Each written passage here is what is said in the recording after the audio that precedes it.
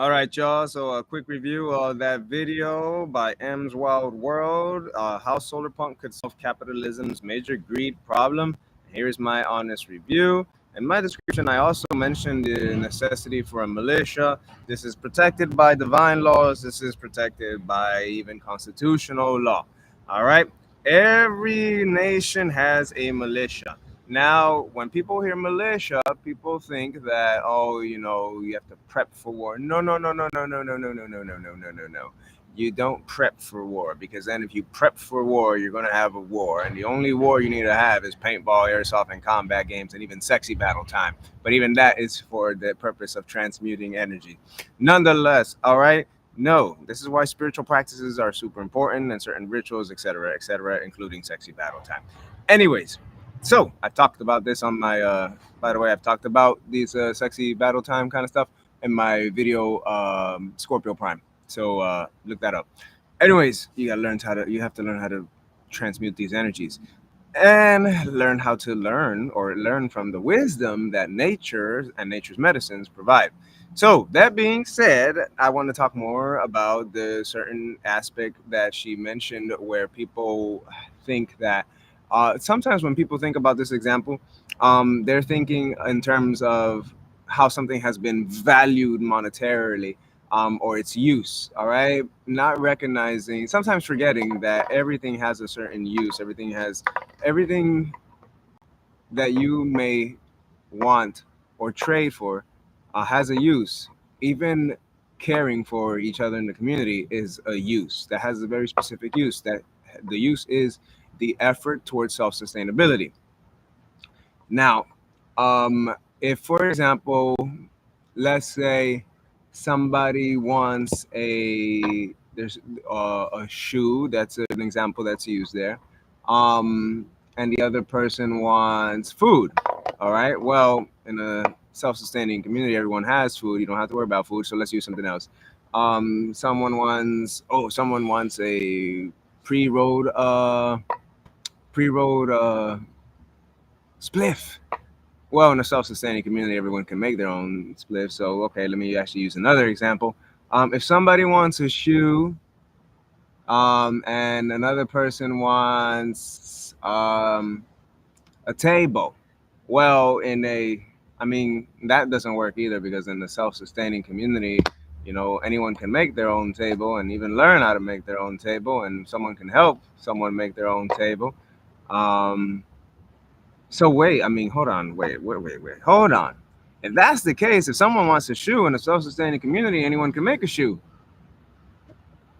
You see where I'm getting there?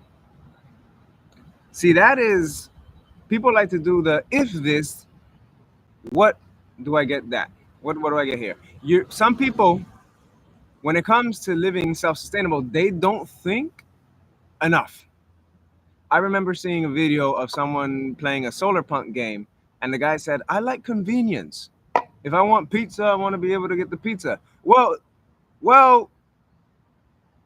my dear beloved temporary moment of dumbassness, someone who's smart will be like, well, if you want convenience and you want a pizza delivered into your home, and you're living self-sustaining, well, you just have your own mechanism. It doesn't have to be a robot. It could just be a mechanism, a time mechanism that makes the pizza. Then you got, like, for example, a little train. There's your pizza. Did you have to go make it? No, you just had to press a mechanical button and it did it. You see?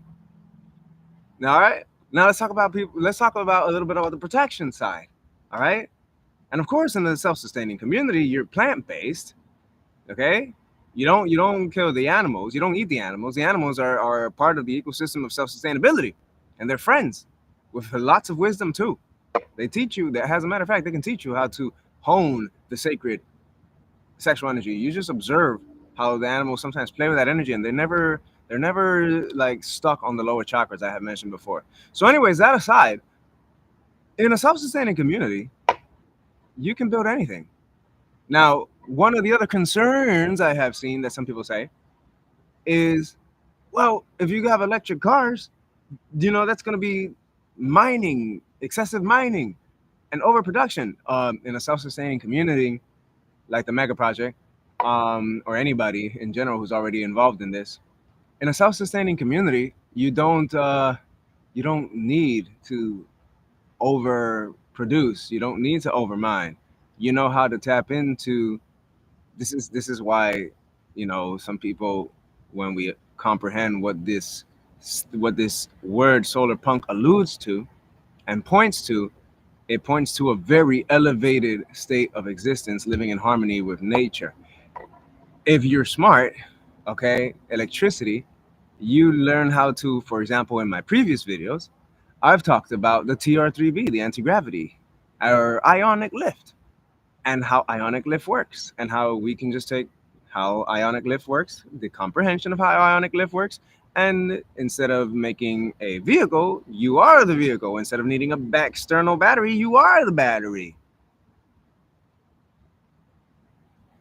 Easy. Okay, technology is not advanced, okay, because it's something new. Technology comes from something of ancient, modern, timeless antiquity, quote unquote, antiquity. What's another concern that some people have said? Let's see. Okay, so yeah, I already covered the part about defense and protecting the land. I already covered that with the shamans and the ceremonies. So I don't really have to cover that anymore. But yeah, any other concern that people try to create?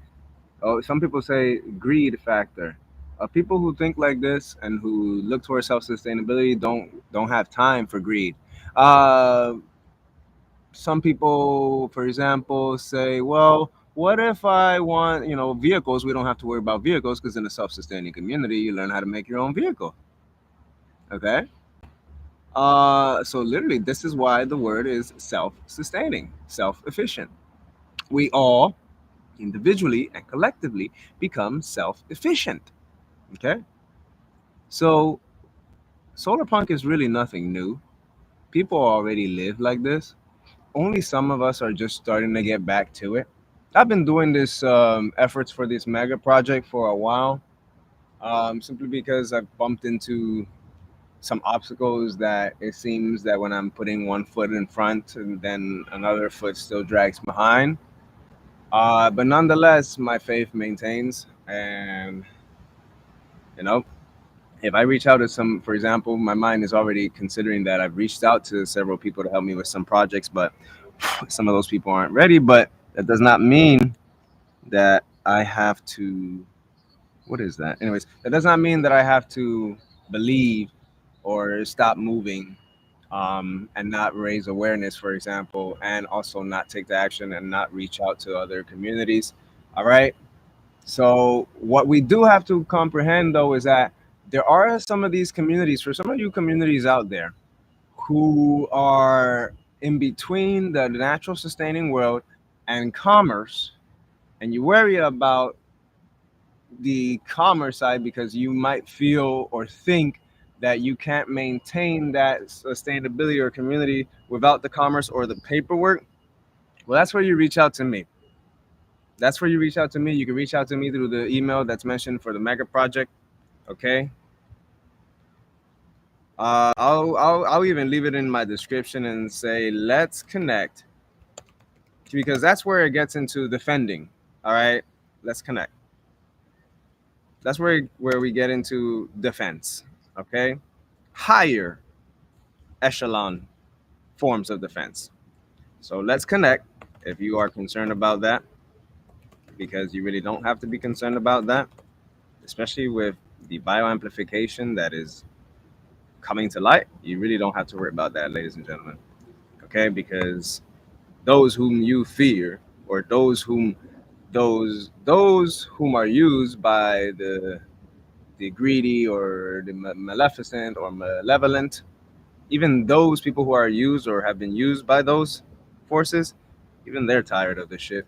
So we really don't have to worry about it. Okay, and what I offer, as far as defense, is protecting your energy from any of that coming in, and that involves the sexy battle. All right, it's important to understand the root chakra activator.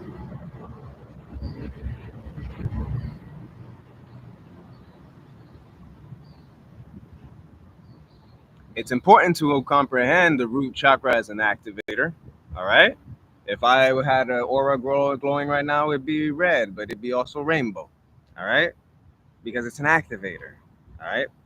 So, and then it also goes into healing and connecting with the wisdom of nature and the spirit guides of nature through nature's medicines, and also allowing nature's creatures to show you how to harness this energy.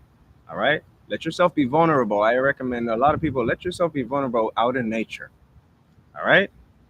I dare you to get naked out in nature, out in the wild. I dare you. I dare you. And I dare you to also take that time while you're out there to sit with your energy, find a tree, sit next to it, be barefoot, and connect. People do this already. Okay.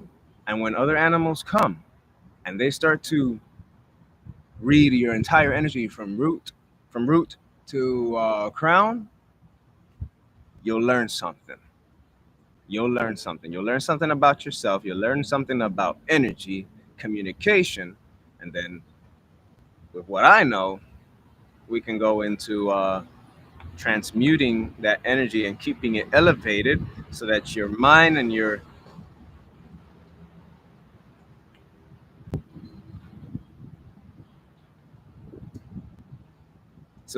mind, body, spirit, and emotion maintains itself at an elevated potential and an elevated state.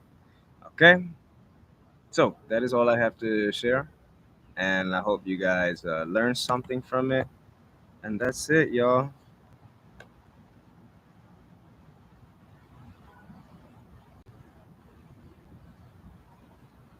I mean, I actually write in this description at the same time, self sustainability means anyone can make anything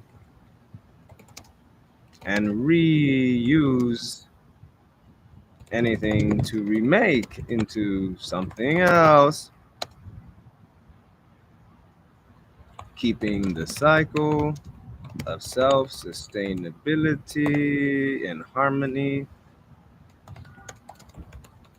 with nature. All right, y'all. That's all I got. So I'll see y'all. And if you enjoy this, yeah, learn something, talk to each other. Peace.